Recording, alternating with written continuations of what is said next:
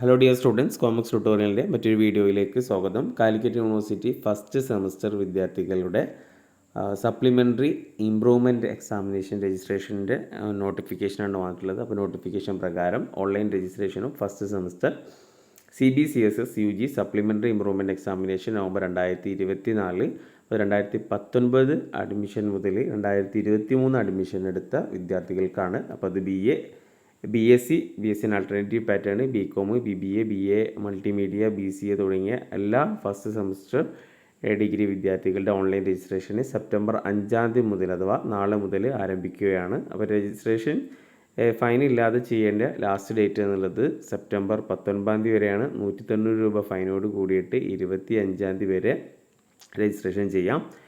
പിന്നെ ഡീറ്റെയിൽ ആയിട്ടുള്ള time table പിന്നീട് യൂണിവേഴ്സിറ്റി സൈറ്റിൽ അറിയിക്കുന്നതായിരിക്കും. എന്തായാലും ഒരു ഡിസംബർ അല്ലെങ്കിൽ നവംബർ ലാസ്റ്റ് ഡിസംബറിലൊക്കെ ആയിട്ട് ഫസ്റ്റ് സെമസ്റ്റർ സപ്ലിമെൻ്ററി ഇംപ്രൂവ്മെൻറ്റ് എക്സാമിനേഷന് ആരംഭിക്കും.